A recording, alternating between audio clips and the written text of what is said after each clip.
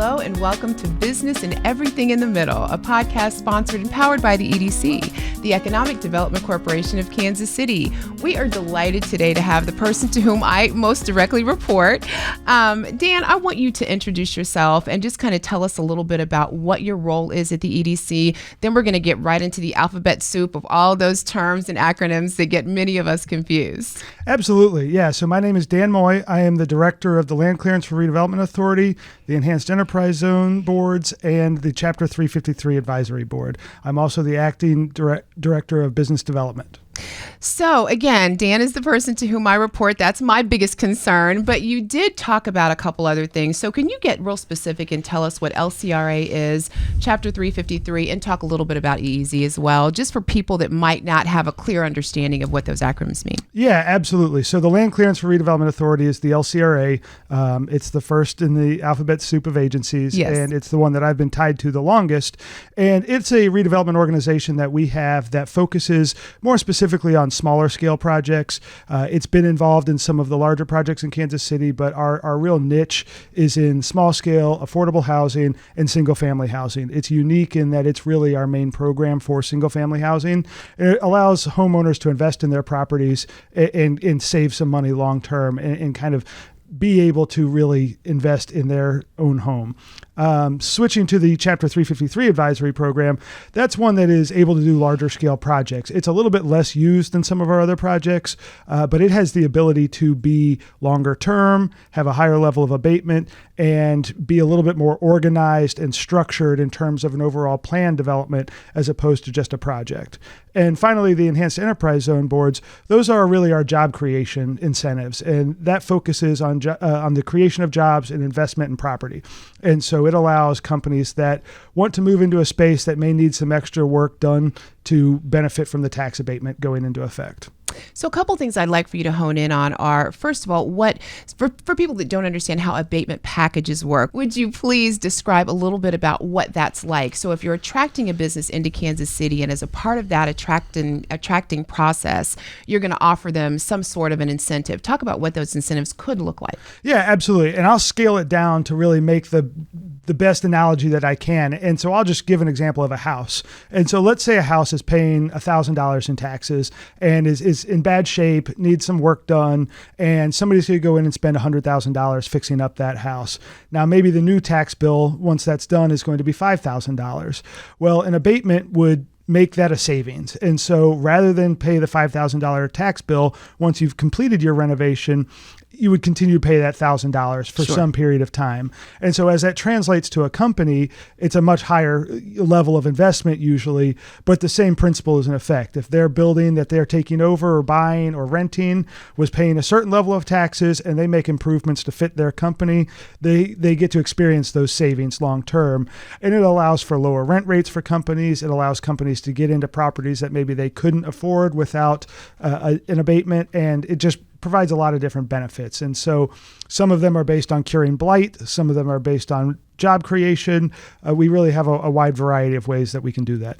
I'd like for you to kind of define what a blighted area would be. But before you do that, so are some of those projects, would they be cost prohibitive to the developer were it not for those incentive packages? Yeah, absolutely. And so a lot of our projects are subject to a but-for test, which really means but for this incentive, the project wouldn't go forward. And so to kind of scale back a little bit, a blight study tells us if a project is blighted. And the state has set what the definition of blight is, but the most easy to kind of understand is the condition of the building. It's deteriorating, and sometimes it's as small as a building, sometimes it's a city block, sometimes it's even larger. And so we look for what's called a preponderance of blight, which just means that a majority of the space is blighted. And so as you get to a bigger territory, not every property has to be blighted, but a majority do. And so some people can identify blight very easily. It's, in some cases, it's just absolutely clear that there are deteriorating conditions, but it's not always physical. Also, different types of demographics and crime statistics and those types of things can be used as blight. And then also things that may not look blighted can still qualify as blight because they may have issues with utility connections and street layouts and those types of things that make economic development difficult. And so it may not be a building falling in itself, Right. but it may cost an extreme amount of money to make a project work there because you have to do X, Y, and Z that aren't normal conditions. Certainly. So if you look at the development landscape in Kansas City right now, and you had to compare it to that same landscape from 5 years ago, would you say that we are ultra progressive? How would you categorize it? Yeah, I think we've seen a lot of changes in Kansas City. I've been doing economic development in various ways for about 10 years, and we are in some areas light years different from where we were 10 years ago, and in some areas we still have a lot of work to do. And I think really the Troost Corridor is a great example of somewhere where we're light years ahead of where we were. Wow. Yes. Super impressive. Super impressive. Yeah. And when I started in Kansas City, Troost was a no man's land for developers. And I think there's a lot of historical reasons for that, but there just wasn't anybody that was going to take the first step. And we started to see 5 to 7 years ago, some developers going in and saying, hey, here's a property that makes sense for me to develop. And it's really started to snowball. And so we've seen up and down, really starting in the Hospital Hill area around the hospitals, moving all the way down towards 63rd Street, UMKC, Rockhurst. There's a ton of development. I think there's other areas like the West Bottoms where we're still not moving quite as quickly as we can. And there are certainly other areas of the 3rd and 5th district that we need to continue to work on. Prospect is a corridor that's really ripe for development. They've got a great organization in the Prospect Business Association. And so working with communities to kind of build that up and attract investors into those areas is really top priority. You know, it's really exciting. You talk about the Troost Corridor and going through there now, even 5 years ago, totally different from concept to the kinds of businesses that are going into that area.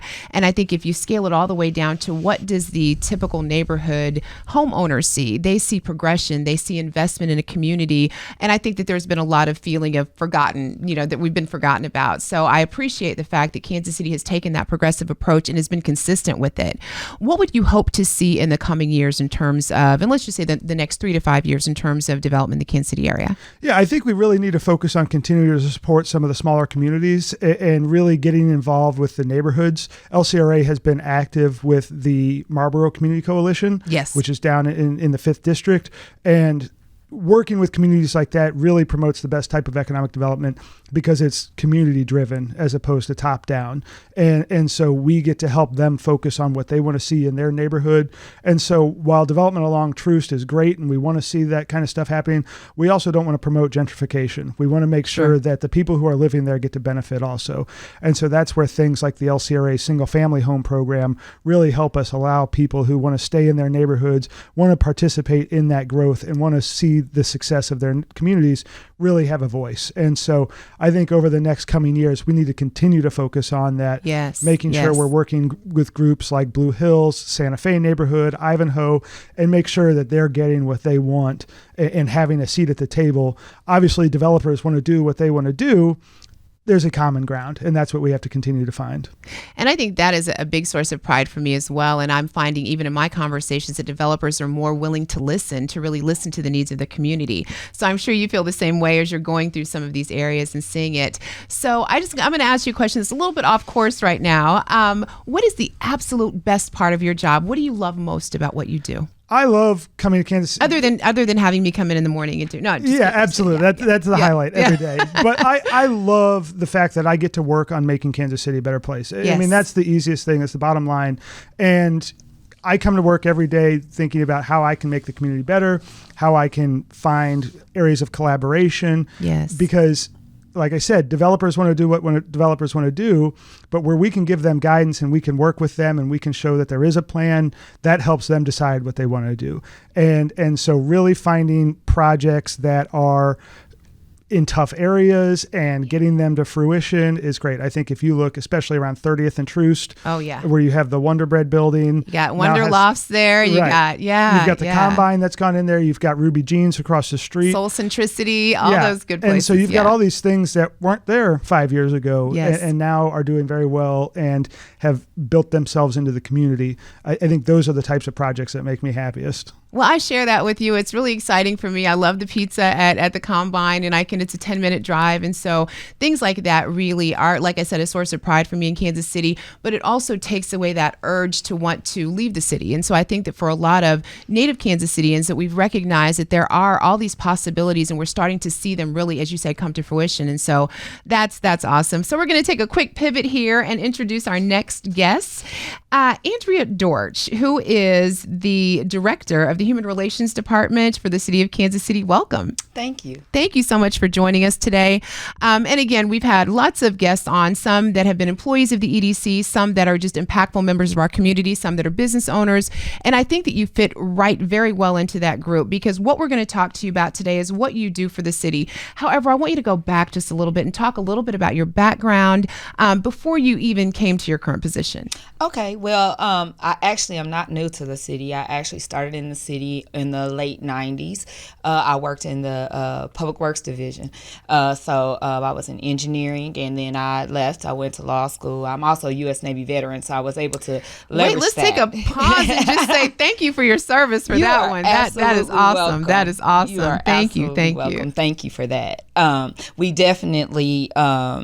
Kansas City is my home, so I came back here. I definitely am a public service oriented individual, and so after going to law school, I also obtained my Master's of Public Administration in Urban Policy Planning and Design with a focus on economic development. So especially with stadiums such as the Kansas City Chiefs and the Kansas City Royals being leading infrastructure in our city. So how I got here was that when I came back, I came into the management role in the Human Relations Department to facilitate compliance with EDC, as well as some of our contract compliance of like labor laws and other contract and affirmative action programs. I went to become the regional director for labor standards for the U.S. Department of Housing and Urban Development. And shortly thereafter, I was offered a position back with the city to lead our civil rights and economic inclusion initiatives with the Human Relations Department. So that's why I'm here today. And I'm so excited of everything that Dan and I have worked together on a couple of projects with the city, and it's just been phenomenal to see the growth, as he said, in various areas, and how it has benefited our corporate citizens, particularly our small businesses. Yes. And I think being native to Kansas City, it's that much more important and that much more impactful, because we've seen that rise and fall and promises being made. And now we're starting to see the development. And we understand we're living in different times, but there's a lot to be grateful for and to be proud of here. So let's talk a little bit about your specific role at the city now. What do you think is the most impactful? Tell me where your footprint is. What do you think is going to be most impactful about your tenure? Well, I believe that refocusing what we do and how we do it, promoting equal opportunity and access programs with an emphasis on anti-discrimination and economic inclusion is the primary responsibility that I see it as. I know I talked with the city manager on several occasions, and I know that he is really focused on promoting that. And I know part of it, he talked about business retention and attraction. Yes. Minority business development has to be in that conversation. Yes. And that is something that I'm working very diligently on, and bringing our city into the 21st century with technology and providing a better service to our clients to be able to get online, to get those applications done, to be able to become part of the ecosystem of economic development here in Kansas City. I get chills. And I mean, some people get chills from other things, but I get chills when I hear about the progress that we're seeing and the fact that we can toss out words like equity and inclusion and diversity, but unless we understand that there are people that are boots on the ground and really making it happen, they're very theoretical.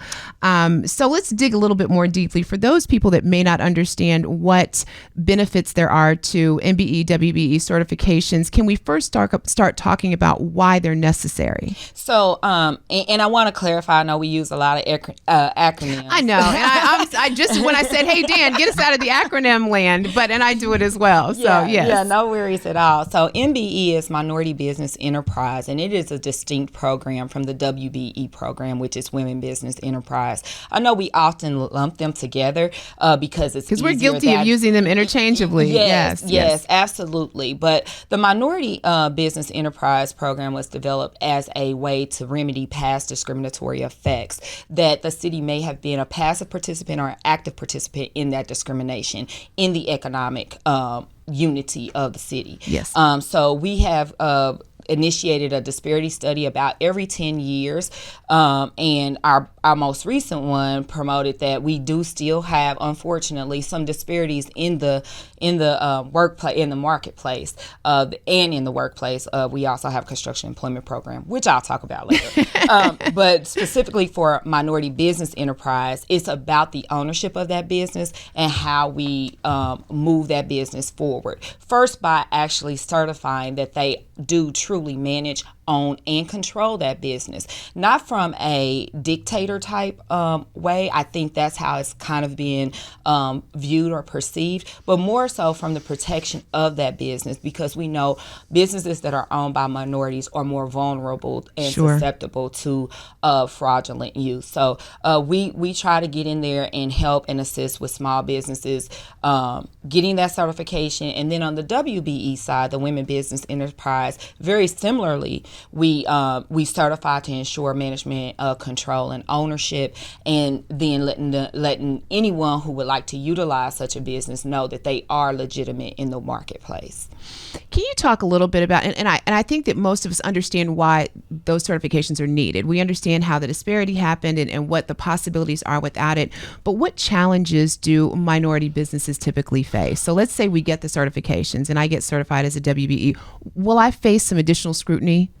I believe so. I believe that it's apparent not only through our disparity studies, but just as you live day to day, you can see that there are some hesitancies, and normally they're based on unconscious biases. So one of the things my office is attempting to do is to work with the EDC and other agencies to promote outreach about what it is that minority businesses actually bring to the table, that these are small businesses that happen to be minority owned, and that does not lessen. Can we say that just one more time? just one more time for the folks that missed it. Yes. They are small businesses that just happen to be minority owned. And I think that's a very important distinction. Absolutely. And we're trying to eliminate that there is some type of inferiority that's associated with being a minority or being a woman in this particular marketplace when you're talking about economic development. And I know we talk a lot about economic development, but ultimately we want to get them into the mainstream of the economy, bringing in that production, that tax base. And I'm trying to promote that we are a great city. So I'm so glad that Dan went first, that he can let other minority businesses and women-owned businesses and small businesses and disadvantaged businesses, any type of business, please come to Kansas City. Come to Kansas City. We are ripe. We are a highway that is in need of many cars on our multi-lane. We have plenty of space on our lanes. I just got through driving in a different city, and I was like, we have plenty of space. Yes, plenty. Come. So please come. And that's just something that we're trying to promote. Right up front, and trying to let them know that this is not something that is an inferior product. You're actually getting the product or service that you desire. Yes. And you're also promoting it within a particular community to build it up that is going to benefit us all.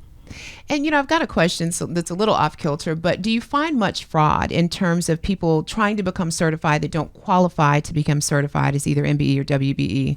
Well, I haven't personally found fraud at the beginning of such things, but we have had various reports once activity starts. We do have investigators, so that was a great ode to our other areas, our contract compliance, our affirmative action, as well as our equal opportunity and civil rights investigators to go out and investigate that. And we do have authority to recommend or refer those over to our Kansas City Police Department Economic Crimes Unit, as well as Jackson County Prosecutor when we do find those. So we're trying to right off the front to get those businesses to understand before you come. understand that if we find out if there is a fraudulent intent, that we'll find out and we will prosecute. That is wonderful, wonderful. Well, I'd like to pose the very last question to both of you, and it kind of partners with what Dan and I spoke about a little while ago. But if you had to encapsulate the way that you see the economic landscape in Kansas City, that's going to be small businesses, larger developments, attraction, retention. If you had to just a couple words, how would you describe it? Dan, you first. I think it's changing, and I think that's really in a lot of ways a great thing. And I think, not to say that Kansas City was behind the market or anything like that, but we are changing in a way that continues to be uniquely Kansas City. And I think that's great. And there's more and more of a drive to include those that had maybe not been incorporated previously. I think Andrea is speaking about that quite a bit. And so I think that trend is what we need to focus on. And continuing to build those businesses, because we need more jobs. Yes. I think everybody recognizes that. And there are plenty of small businesses out there that could use all the help that they could use. They've got a great product, and that's what we're here for. I love it. I love it. Andrea? I would say a one-word sentence, and I'd say togetherness. The city, EDC-KC, and our other partners in the community, we are winning, and we are making this a landscape right for everyone, whether you're small, big, in between. That's where we are. So I'm loving the direction that we're going in. I love that. That makes me so happy. And like I said, I do get excited about business. We entitled this podcast "Business and Everything in the Middle" because we're right here in the middle of the map. We are a prime location. Heartbeat of the city. Heartbeat of the city. We are right here. You can be in Kansas City in the metro area, and you're no more than 20 minutes from any outlying area of note. So I think that there's so much here that should be attractive to people. I'm glad to have you both on together because I think it speaks very well to what Kansas City can be. So again, this has been Business and Everything in the Middle. I'm your host, Karis Harrington. This has been powered and sponsored by the EDC, the Economic Development Corporation of Kansas City. Thank you for joining us.